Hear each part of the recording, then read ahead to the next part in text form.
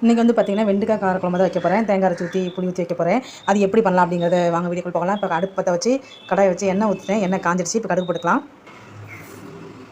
கடுகு நல்லா பொரியட்டும். பொரிஞ்சோன்னு பாருங்கள், வெங்காயம் தக்காளி கட் பண்ணி வச்சிருக்கேன். நான் வந்து ஒரு பெரிய சைஸ் வெங்காயம், தக்காளி வந்து பார்த்திங்கன்னா ஒரு 3 தக்காளி எடுத்துக்கிறேன். இது கடுகு பொரிஞ்சோன்னு போட்டுக்கலாம். நான் வெண்டைக்காய் வந்து பார்த்திங்கன்னா ஒரு 1/4 கிலோ வெண்டைக்காய் நான் வாங்கியிருக்கேன். நல்லா பிஞ்சா வெண்டைக்காய் வாங்கியிருக்கேன். முத்தினதை வாங்கிக்காதீங்க. நல்லா பிஞ்சா குட்டி குட்டியாக இருக்கிறத வாங்கிங்க. அப்போ தான் கொஞ்சம் டேஸ்ட் கிடைக்கும். பாருங்கள், கடுகு நல்லா பொரிஞ்சிருச்சு. பொரிஞ்சோட வெங்காயம் போட்டுக்கலாம். அந்த வெங்காயம் போடும்போது வந்து பார்த்திங்கன்னா வெண்டைக்காய் காரக்குழம்புக்கு வந்து பார்த்திங்கன்னா பூண்டு போட்டால் இன்னுமே டேஸ்ட் அது நல்லாவே இருக்கும். பூண்டு நான் இனிமேல் உரிக்க போகிறேன். கொஞ்சம் டைம் ஆகிடுச்சுங்க, அதனால் கொஞ்சம் அர்ஜென்ட்டாக பண்ணிட்டுருக்கேன். நீங்கள் இப்போ வெங்காயம் போடும்போது பூண்டு போட்டுக்கங்க. பூண்டு போடும்போது கொஞ்சம் டேஸ்ட் கிடைக்கும். ட்ரை பண்ணி பாருங்கள், கட்டாயம் சூப்பராக இருக்கும். செம்ம டேஸ்ட்டாக இருக்கும். பாருங்கள், வெங்காயம் வதங்கிறதுக்கு வந்து உப்பு போட்டுக்கலாம். பாருங்கள், நான் வெங்காயம் நல்லாவே வதங்கிடுச்சு. நான் வெங்காயம் வதங்கும் போதே பாருங்கள் பூண்டெல்லாம் போட்டேன். அப்படியே அர்ஜென்ட்டாக அவசரமாக உரிச்சு போட்டேன். ஒரு முழு பூண்டு உரிச்சு போட்டுங்க. ஒரு 10-15 பல்லு போட்டுக்கிற மாதிரி. இப்போ வெங்காயம் நல்லா வதங்கிடுச்சு. இப்போ நான் சின்ன சைஸ் தக்காளி ஒரு 3 எடுத்துருக்கேன். ஒரு 3 தக்காளி போட்டுக்கிறேன். இதுவும் நல்லா வதங்கி வரட்டும். வெங்காயம் தக்காளி நல்லா வதங்கட்டும். அப்போ தான் கொஞ்சம் நல்லா குழம்பு டேஸ்ட் கிடைக்கும். நல்லா வதங்கட்டும். அந்த வெங்காயம் தக்காளி நல்லா வதங்கிட்டு இருக்குதுங்க. அதுக்குள்ளேயே வந்து பார்த்திங்கன்னா ஒரு ஃபேஸ்க்கு நான்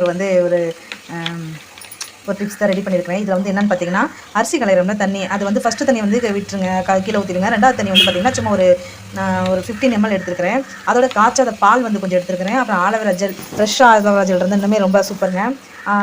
இது 3 மிக்ஸ் பண்ணி ஐஸ் கட்டி டியூப்பில் அந்த ஐஸ் கட்டி போடுவோம்ல, அந்த ட்ரேயில் நீங்கள் ஊற்றி வச்சு குளிக்க போகிறதுக்கு ஒரு 1/2 hours முன்னாடி நீங்கள் வந்து நல்லா ஃபேஸில் மசாஜ் பண்ணிவிட்டு குளிச்சிங்க அப்படின்னா ஃபேஸ் நல்லாவே சூப்பராக இருக்குங்க. நல்லா க்ளோவிங்காக இருக்குது. நான் ட்ரை பண்ணி பார்த்தேன். உண்மையுமே சூப்பராக இருக்குங்க. இது நான் எப்படி ப்ரிப்பேர் பண்ணி காமிக்கணும்னு நினச்சேன், மறந்துட்டு. சாரி, நெக்ஸ்ட் டைம் கண்டிப்பாக காமிக்கிறேன். இந்த மாதிரி நல்லா மிக்ஸ் பண்ணி ட்ரேயில் வச்சுட்டு நீங்கள் ஃப்ரீசருக்குள்ளே வச்சுட்டீங்க அப்படின்னா நீங்கள் குளிக்க போகிறதுக்கு ஒரு 1/2 hour முன்னாடி நீங்கள் அப்ளை பண்ணிங்க அப்படின்னா ஃபேஸ் நல்லாவே க்ளோவிங்காக இருக்குங்க. அந்த கண்ணுக்கு கீழே கருவளை இருக்கிறதுக்குலாம் வந்து நல்லாவே சூப்பராகவே இருக்குது. நீங்கள் கண்டிப்பாக ட்ரை பண்ணி பாருங்கள். இது நான் அந்த ட்ரேயில் ஊற்றுறதை காமிக்கிறேன். வெயிட் பண்ணுங்கள். அதுக்கு வெங்காயம் தக்காளி வந்து நல்லா வதங்கிடுச்சு. இந்த மாதிரி ஸ்டேஜில் தாங்க வந்து நம்ம எந்த ஒரு காயுமே ஆட் பண்ணணும். அப்போ தான் வந்து பார்த்திங்கன்னா இந்த வெங்காயம் தக்காளிலாம் நல்லா வந்து ஒரு கிரேவி பக்குவத்துக்கு கிடைக்கும். நல்லா தக்காளியாக வதங்கணும். இந்த மாதிரி வதக்கிங்க, வதக்காமல் போடாதீங்க. அப்போ வந்து தக்காளி வந்து நல்லா மசியாது. இப்போ வந்து பார்த்திங்கன்னா நான் நல்லா தண்ணியில் கழுவி அரிஞ்சு வச்சுருக்கேன். இதை போட்டுக்கலாம். வெண்டைக்காய் வந்து எண்ணெயில் ஃப்ரை பண்ணி போடலாம், இப்படியும் போடலாம். நல்லா சுத்தமாக தொடச்சி எடுத்துட்டேங்க. அதனால் நான் அப்படியே டேரெக்டாக சேர்த்துட்டேன். இந்த வெண்டைக்காய் வந்து பார்த்திங்கன்னா ஒரு 5 minutes நல்லாவே குக் ஆகட்டும். இதுக்கு தேவையான சால்ட் போட்டுக்கலாம்.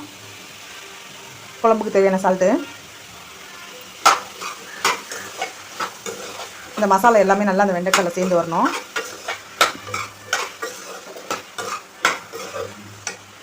இது நல்லா குக் ஆகட்டுங்க. மூடி போட்டு வச்சுக்கலாம். இப்போ வந்து பார்த்திங்கன்னா இந்த இது நான் சொன்னல, இது ஃபேஸ் ரெடி பண்ணது, இதை வந்து இந்த ட்ரேயில் கொஞ்சமாக ஊற்றிக்கலாம்.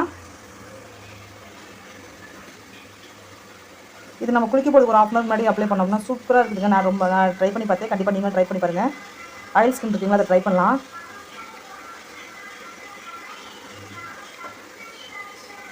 காய்ச்சாத பால் தாங்க ஊற்றணும். காய்ச்சிய பாலை ஊற்றிடாதீங்க. நல்லா காய்ச்சாத பாலை ஊற்றுங்க. நான் ரெடி பண்ணதில் இன்னும் கொஞ்சம் இருக்குது. அச்சோ, கீழே சிந்திடுச்சே. வாங்க ஃப்ரீசரில் வைக்கலாம். பாருங்கள், ஃப்ரீசரில் வச்சாச்சு. இது ஒரு 3 to 4 hours ரெடி ஆயிடும். நம்ம குளிக்க போகிறதுக்கு முன்னாடி அப்ளை பண்ணி காமிக்கிறேன் எப்படி இது இருக்குன்னு. ஓகேவா? வெண்டைக்காய் ஒரு 3 minutes நல்லாவே குக் ஆகிடுச்சு. இப்போ தேவையான மஞ்சத்தூள் போட்டுக்கலாம். குழம்பு மிளகாத்தூள் ஒரு 1.5 ஸ்பூன் போட்டுக்கலாம். இந்த மிளகாத்தூள்லாம் போட்டோன்னே உடனே தண்ணி ஊற்றாதீங்க. ஒரு 2 minutes இந்த மாதிரி எண்ணெயிலே கொஞ்சம் கரட்டி விடுங்க. அப்போ தான் இந்த மிளகாத்தூளோட பச்சை வாசனை வராது. நீங்கள் அடுப்பை வந்து அப்போ கொஞ்சம் லைட்டாக சிம்மில் வச்சுக்கோங்க, இல்லைன்னா அடி பிடிச்சிரும். இந்த மாதிரி இந்த மசாலாலாம் இந்த காயில் வந்து நல்லா ஒன்றா பிடிக்கணும். இப்போ வந்து நம்ம தண்ணி ஆட் பண்ணிக்கலாம். நான் ஒரு 1 டம்ளர் தண்ணி ஊற்றிருக்கேன். உங்களுக்கு எவ்வளோ தண்ணி வேணுமோ அந்த அளவுக்கு ஊற்றிக்கங்க. ஏன்னா இனிமேல் நம்ம புளி தண்ணி ஊற்றணும். அது இல்லாமல் தேங்காய் வேறு அரைச்சி ஊற்றுவேன். அதனால் இந்த தண்ணி போதும்.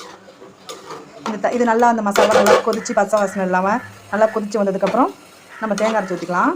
நான் தேங்காய் வந்து ஒரு 1/2 மூடி எடுத்து வச்சுருக்கேங்க. அந்த தேங்காய் தான் அப்படியே அரைச்சி ஊற்றிக்கலாம். தேங்காய் இருக்கும்போது கொஞ்சம் பட்டை சோம்பு, அந்த சோம்பு போட்டிங்க அப்படின்னா இன்னுமே டேஸ்ட்டு சூப்பராகவே இருக்கும். இது நல்லா கொதிக்கிட்டோம். இப்போ வந்து கருவேப்பிலை ஆட் பண்ணிக்கலாம். நல்லாவே வந்து குழம்பு நல்லா கொதிஞ்சிருச்சு. மிளகாயோட பச்சை வாசனைலாம் போயிடுச்சுங்க. இப்போ வந்து பார்த்திங்கன்னா நான் வந்து தேங்காயும் புளி ஊற வச்சுருந்தேன். ஒரு லெமன் சைஸில் ஊற வச்சுருந்தேன். சாரி, லெமன் சைஸில் இல்லை, ஒரு பெரிய நெல்லிக்காய் சைஸில் ஊற வச்சுருந்தேங்க. அதையும் சேர்த்துமே நான் அதில் அரைச்சிட்டேன். இதுவுமே டேஸ்ட் வந்து சூப்பராக இருக்கும். இது வந்து எங்கள் பெரியம்மா அந்த மாதிரி பண்ணுவாங்க. அதனால் நானுமே அப்பப்போ இந்த மாதிரி பண்ணுவேன். தேங்காயும் புளியும் ஒன்றா அரைச்சி ஊற்றி நீங்கள் வச்சு பாருங்கள். உண்மையாலுமே குழம்பு சூப்பராக இருக்குங்க. இப்போ ஊற்றிக்கலாம். அந்த மிக்சியில் இருந்த தேங்காயும் தண்ணியை ஊற்றி கலந்து ஊற்றியாச்சு. இப்போ இது நல்லா கொதித்து வரணுங்க. இது ஒரு 5 மினிட்ஸ் நல்லா கொதிச்சு வரட்டும். அப்போ தான் வந்து இந்த குழம்புக்கு வந்து இதெல்லாம் கரெக்டாக இருக்குன்னு பார்க்க முடியும். உப்பு மிளகாய் இதெல்லாம் கரெக்டாக இருக்குன்னு பார்க்க முடியும். இதெல்லாம் நல்லா கொதிச்சு வரட்டுங்க. ஒரு 5 மினிட்ஸ் மூடி போட்டு முடிச்சிருங்க. பாருங்கள், குழம்பு நல்லாவே சூப்பராக ரெடி ஆகிடுச்சு. நான் வந்து எனக்கு இந்த அளவுக்கு திக்னஸாக இருக்கும் போதே எனக்கு பாருங்கள், குழம்பு அவ்வளோதான், நல்லாவே சுண்டிடுச்சு. சூப்பராக ரெடி ஆகிடுச்சுங்க. இது நீங்களும் செஞ்சு பாருங்கள், சமைச்சு பாருங்கள். உண்மையுமே டேஸ்ட்டு சூப்பராக அட்டகாசமாக இருக்கும். இதோடு வந்து நீங்கள் அப்பளம் வச்சு சைடிஷ் சாப்பிடும்போது இன்னுமே சூப்பராக இருக்கும். இன்றைக்கி சமையல் இவ்வளோ தாங்க. நான் வேறு எதுவும் செய்யலை, எக்ஸ்ட்ரா பண்ணல. இந்த சைடு சாப்பாடு ரெடி ஆகிட்டு இருக்குங்க. அவ்வளோதாங்க. உங்களுக்கு பிடிச்சிருந்தா அந்த குழம்பு லைக் பண்ணுங்கள், கமெண்ட் பண்ணுங்கள், ஷேர் பண்ணுங்கள். நீங்களும் ட்ரை பண்ணி பார்த்துட்டு எப்படி இருக்குன்னு சொல்லுங்கள். ஓகே, தேங்க்யூ, பாய்ங்க. ரொம்ப ரொம்ப தேங்க்ஸ்.